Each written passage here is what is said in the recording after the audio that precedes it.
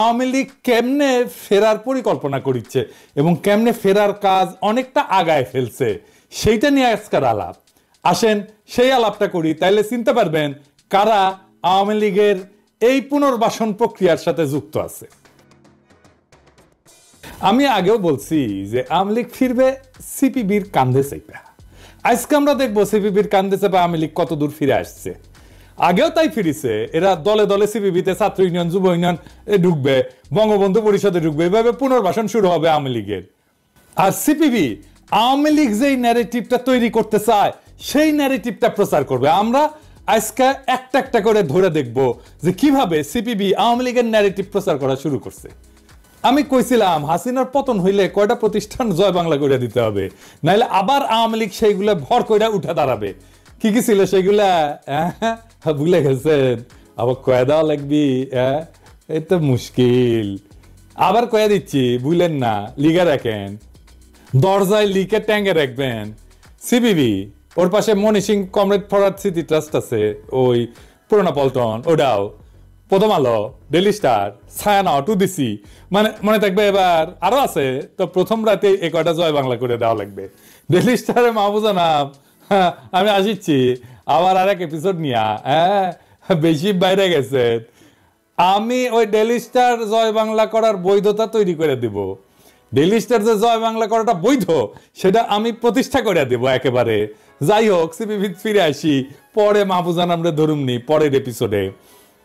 CPB কেমনে আওয়ামী লীগ পুনর্বাসনে কাজ করতেছে। আপদ হইতেছে আওয়ামী লীগ আর বিপদ হইতেছে বিএনপি। এই তত্ত্ব আর রায় মুজা সেলিম, মানে যে মুজাহিদুল ইসলাম সেলিম, ওই যে বাকশালের সময় যে মিছিল করেছিল, বাকশাল হওয়ার সময় রাজপথে আনন্দ উল্লাস করে মিছিল করেছিল, ওই মুজা সেলিম। এবং তার অনুসারীরা ফ্যাসিস্ট হাসিনার 15 বছরের শাসনকে কোমল সমর্থন যোগায় গেছে। দেশের সেই মহাদুঃসময়ে এই ডাক্তার দিবালোক সিংহ, অধ্যাপক এম এম আকাশ এবং রুহিন হোসেন প্রিন্সদের সঙ্গে মোটামুটি সমঝোতা কইরা ফ্যাসিস্ট আওয়ামী লীগের সাংস্কৃতিক ফ্রন্ট হিসেবে রামানুসারী বাম রাজনীতি চালাই যেতে রণ সেলিমপন্থী গ্রুপদের খুব একটা অসুবিধা হয় নাই। এই এম এম আকাশের বিরুদ্ধে দ্বারাই কিন্তু আমি সিপিবি থেকে বহিষ্কার হই। জানেন এটা? জানেন না?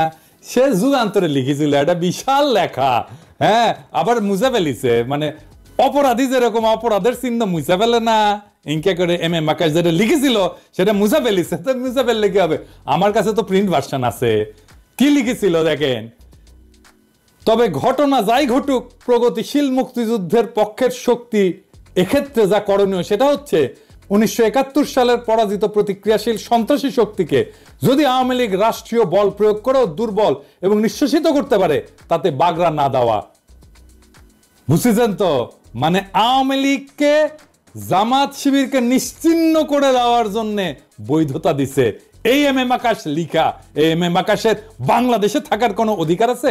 রাজনীতি কথা বাদ দেন, বাংলাদেশে ও কেমনে রাজনীতি করে, ও কেমনে শিক্ষকতা করে, ও কেমনে বাংলাদেশে ঘুরে বেড়ায়? এই এম এম আকাশ কি ভয়ানক কথা বলছে! কি আওয়ামী লীগ এই কথা বলে নাই কখনো। নিঃশেষ করে দিতে বলছে রাষ্ট্রীয় শক্তি ব্যবহার কইরা।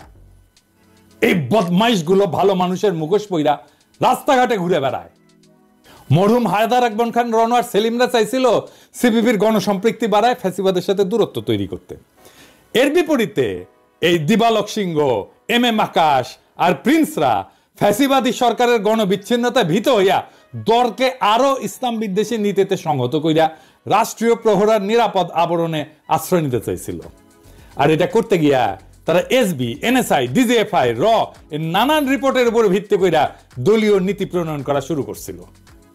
এবং গোয়েন্দা রিপোর্টের উপরে ভিত্তি কইরা সিপিবির দলীয় পত্রিকা একতায় প্রচারিত হইতেছিল ফ্যাসিবাদ অনুরাগী নানা ধরনের তথ্য, বিশ্লেষণ, বিবরণ, ব্যাখ্যা, বিবৃতি।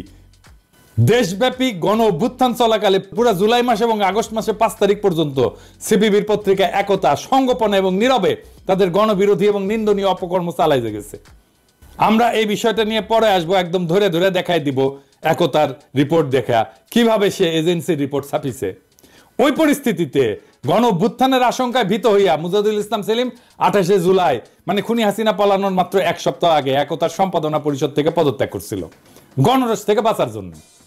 এই প্রিন্স, আকাশ আর দিবালোক সিংহের আক্রমণে সিপিবির নেতৃত্বের মূলধারা থেকে ছিটকে পড়া মুজাহিদুল ইসলাম সেলিমের অনুসারীরা দেশের বাস্তব পরিস্থিতি কিছুটা বুঝতে পারছিল। মাঠের রাজনীতিতে যুক্ত থাকার কারণে আর কি, ওরা মাঠের রাজনীতিতে কিছুটা হলেও যুক্ত থাকে। জনগণের মধ্যে যেটুকু কাজ আছে সিপিবি, সেটা এই মুজা সেলিমের অনুসারীদেরই। এর ফলস্বরূপ সীমিত সাংগঠনিক সামর্থ্য নিয়ে তারা গণ অভ্যুত্থানে অংশ নেয়। এতে গণহত্যাকারী খুনি হাসিনার পতনের পর অন্যান্য বাম কমিউনিস্ট পার্টির অফিসগুলো গণরোষে আক্রান্ত হইলেও সিপিবি কিন্তু তখন রেহাই বা নিষ্কৃতি পাইছিল। ওয়ার্কার্স পার্টির অফিস জ্বালাই দিছে, জাসদ অফিস জ্বালাই দিছে। আমি পই পই করে সিপিবির অফিসটাও জয় বাংলা করে দিতে বলছিলাম, কিন্তু করে নাই। ওই কারণেই আর কি, মানে এই গণ অভ্যুত্থানে তারা অংশ নিছিল। ওরা যা দেখছে যে এই লোকগুলো তো আমাদের সাথে রাস্তায় ছিল, রাজপথে ছিল, ওরাই রক্ষা করেছিল কিন্তু সামনে দাঁড়ায়। কিন্তু ওই আন্দোলনের সময়ে সিপিবির মূলধারা, মানে যেটাকে আমি কইতেছি এই যে দিবালক সিংহ, এম আকাশ এবং প্রিন্সদের নেতৃত্বাধীন অংশ তখন গণ অভ্যুত্থান বিরোধী অবস্থান নিয়েছিল। আর এখন তারা ধর্মীয় মৌলবাদ, ইসলামিক শক্তির উত্থানের অজুহাত সামনে এনে খুনি শেখ হাসিনা এবং ইন্ডিয়ার প্রতি সহানুভূতিশীল আইন গ্রহণ করছে, যেন গণবিরোধী আওয়ামী লীগের কোমল একটা আশ্রয়স্থল হিসেবে দলকে পুনর্গঠিত করতে পারে। তারা এই সমস্ত কমিউনিস্ট নীতিভীতি বার্তা দিয়া একটা ব্যাপক ভিত্তিক প্ল্যাটফর্ম তৈরি করতে যাচ্ছে, যেন আওয়ামী লীগের এই ফ্যাসিস্টগুলা আইসা এখানে ভিড়তে পারে। খুবই নির্ভরযোগ্য সূত্র থেকে আমি জানতে পারছি, আমি যেহেতু ওই দলে ছিলাম, যে এই চক্রের সাথে মানে দিবালক, প্রিন্স, এম আকাশ এর সাথে খুনি হাসিনা ফোন কইরা সরাসরি কথা বলছে এবং র আর ইন্ডিয়ান দূতাবাসে বিভিন্ন প্রকাশ্য এবং গোপন সূত্র সার্বক্ষণিকভাবে যোগাযোগ রাখছে এবং সহযোগিতা যোগাচ্ছে। এই প্রভাবশালী মহলগুলা সিপিবিকে অন্তর্বর্তীকালীন সরকারের সঙ্গে যোগাযোগ রেখে টিকে থাকার পরামর্শ দিচ্ছে, যেন আগামী জাতীয় সংসদ নির্বাচনে সিপিবির নেতৃত্বাধীন বাম এবং কমিউনিস্টদের এই ছোট্ট গ্রুপটাকে আওয়ামী লীগের গোপন প্ল্যাটফর্ম হিসেবে ব্যবহার করা যায়। মনে রাখতে হবে, সিপিবির একজন সদস্য বর্তমান সরকারের উপদেষ্টা হিসেবে দায়িত্ব পালন করতেছে, যিনি প্রফেসর মোহাম্মদ ইউনূসের স্ত্রীর ব্যক্তিগত চিকিৎসক হিসেবে তাদের পরিবারের সাথে খুবই ঘনিষ্ঠভাবে জড়িত। এই যে বিধানচন্দ্র রায় আমাদের সাথে রাজনীতি করছে, ছাত্র ইউনিয়ন করেছে, জায়গা মতো ঢুকে পড়িছে। হ্যাঁ, সিপিবি কামাল, প্রফেসর ইউনূস বুঝেন নাই কারে ঢুকাইতে কারে ঢুকাই ফেলিছেন। তবে দেশবাসীর আরেকটা দিক জানা প্রয়োজন এই দলটা সম্পর্কে। এই ক্ষয়িষ্ণু দলটা এখন আর কর্মী সংগঠক ভিত্তিক কমিউনিস্ট পার্টি না। বিপ্লবী নীতি, মহান আদর্শ বা শ্রেণী স্বার্থের রাজনৈতিক লাইনের ভিত্তিতে দলটার পরিচালিত হয় না। সিপিবির সদস্যদের একটা উল্লেখযোগ্য অংশ তাদের চাকরি বাকরি অর্থাৎ তাদের নিয়োগকারী ব্যক্তি ও গ্রুপ মানে দিবালক, আকাশ, প্রিন্সদের পক্ষে হাত তুইলা ভোট দিয়া দায়িত্ব সারে। না পড়ে রাজনীতি, না করে সংগঠন, চাকরি করে। চাকরি করে, এটাই তাদের চাকরি বহাল রাখার প্রধান শর্ত এবং বেতন ভাতা গ্রহণের বিনিময়ের মূল দায়িত্ব এবং কর্তব্য। এই দলটার বর্তমান কেন্দ্রীয় কমিটির অনেক সদস্যই ডাক্তার দিবালক সিংহের এনজিও কর্মচারী। দিবালক সিংহ একটা জাতীয় ভিত্তিক এনজিও প্রতিষ্ঠাতা এবং মালিক, যার নাম দুস্থ স্বাস্থ্য কেন্দ্র। এই দুস্থ স্বাস্থ্য কেন্দ্রে হাজার হাজার কোটি টাকার ক্ষুদ্র ঋণ কর্মসূচি করে। এর মাঝে ক্যাশ টাকা, ইন্ডিয়ান টাকাও আসে, শোনা যায়, সত্য মিথ্যা জানি না। এগুলা দিয়ে নাকি পালে মণি সিংহের পোলা তার ক্যাডারদেরকে, মানে যারা তার পক্ষে হাত তুইলা ভোট দেয় আর কি কেন্দ্রীয় কমিটির মিটিং এ। দেখেছেন তো, এটা কমিউনিস্ট পার্টি। সেই কমিউনিস্ট পার্টি ক্যাঙ্কা ক্যাডার নিয়ে রাজনীতি করিচ্ছে, দেখেছেন তো। দুস্থ স্বাস্থ্য কেন্দ্রের মতো এরকম সব এনজিওর উপর রাষ্ট্রীয় নজরদারি এবং পর্যবেক্ষণ জোরদার করা উচিত এবং এইগুলাকে শক্ত নিরীক্ষা এবং হিসাবের আওতায় আনা জরুরি। কারণ দেশের রাজনীতি, সংস্কৃতি এবং তথ্য প্রবাহ নিয়ন্ত্রণের জন্য এদের আবরণ বা ছত্রছায়া এবং লাইসেন্স ব্যবহার করিয়া সহ বিভিন্ন শত্রু দেশের অর্থ, টাকা কড়ি, গোয়েন্দা এজেন্ট এবং বিশেষজ্ঞ আমাদের প্রিয় মাতৃভূমির মধ্যে ঢুকে পড়া দেশের 12টা বাজায় দেয়। এই জন্যেই আমাদের স্বাধীনতা, সার্বভৌমত্ব, জাতীয় মর্যাদা, আঞ্চলিক অখণ্ডতা, গণতন্ত্র চর্চার ধারা বজায় রাখতে আমরা বারে বারে ব্যর্থ হই। সিপিবিতে যদি দিবালক, প্রিন্স আর আকাশদের আধিপত্য প্রতিষ্ঠিত হয়, তাহলে ধরে নেবেন আওয়ামী লীগ সামে ঢুকে যাবে পলিটিক্সে। সামনের ইলেকশনে মেলা সিট পাওয়া যাবে। আর সংখ্যানুপাতিক নির্বাচনের ব্যবস্থা যদি হইয়া যায়, তাহলে তো কথাই নাই। প্রিন্স কইতেছে কোনো ইন্ডেমনিটি দেওয়া যাবে না, মানে এমনকি 19 সেপ্টেম্বর কইতেছে যে প্রত্যেকটা হত্যাকাণ্ডের বিচার হইতে হবে, ক্ষমতাসীনরা দায় এড়াইতে পারবেন না। মানে বুঝিছেন তো, বিপ্লবীদের ধরে ধরে বিচার করবে। এটা কেন লিখিছে? ওই যে পুলিশ মার্ডারের জন্য যে ধরেছিল না ফেনীতে, ওই সময় এটা লিখিছে। সে 5ই আগস্ট কি লিখিচ্ছে, মানে সবাই তখন আনন্দ উল্লাস করিচ্ছে, কান্নাকাটি করিচ্ছে যে হাসিনা পলাইছে। সেই সময় সে লিখিচ্ছে জানমাল মুক্তিযুদ্ধ ইতিহাস, ঐতিহ্যের উপর আক্রমণ রুখে দাঁড়াও।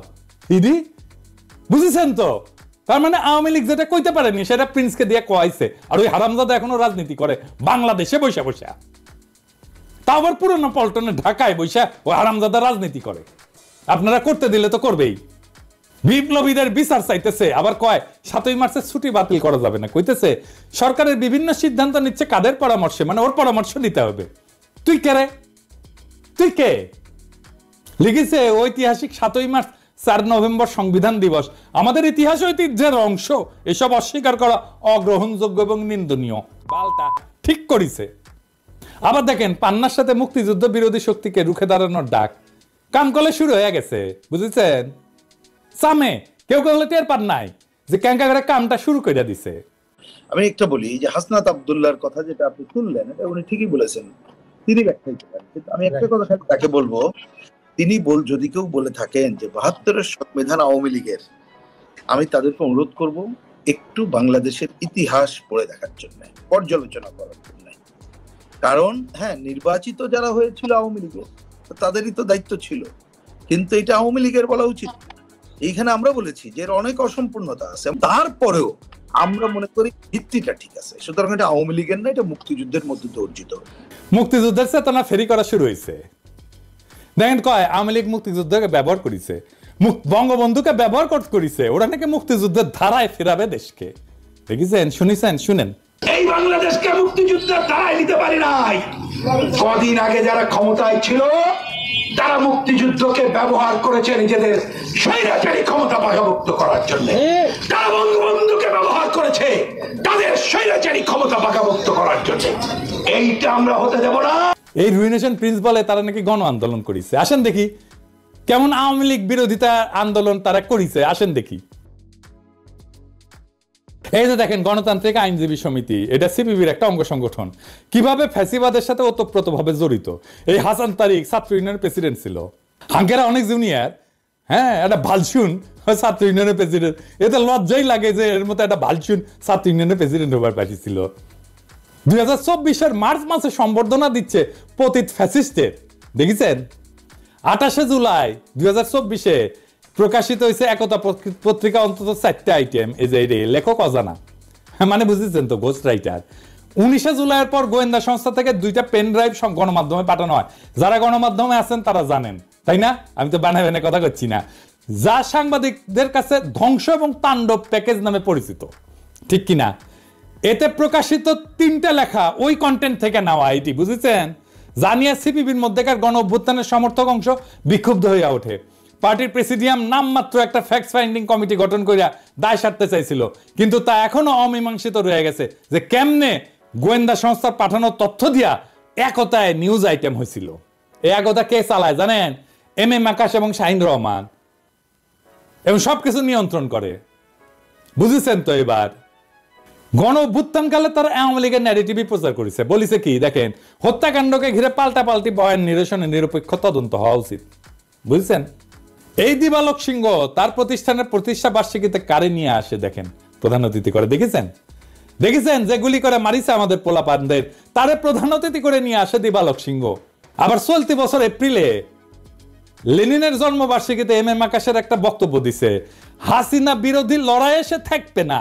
কেন থাকবে না সেটা বলিচ্ছে, শুনেন। যদি কেউ বলে যে হ্যাঁ বিএনপির সঙ্গে ঐক্যবদ্ধ হয়ে আওয়ামী লীগকে উৎখাত করতে হবে, এইটা আমাদের রাজনৈতিক প্রস্তাবে নাই, সুতরাং এটা আমরা মানব না। দেখেন 7ই মার্চের ছুটি বাতিল নিয়ে সিপিবির বিবৃতি আওয়ামী লীগের পেজে দেওয়া হইতেছে, দেখেছেন? দেখেছেন তো? সিপিবি দিবে, ওইটা আওয়ামী লীগ এখন প্রচার করবে।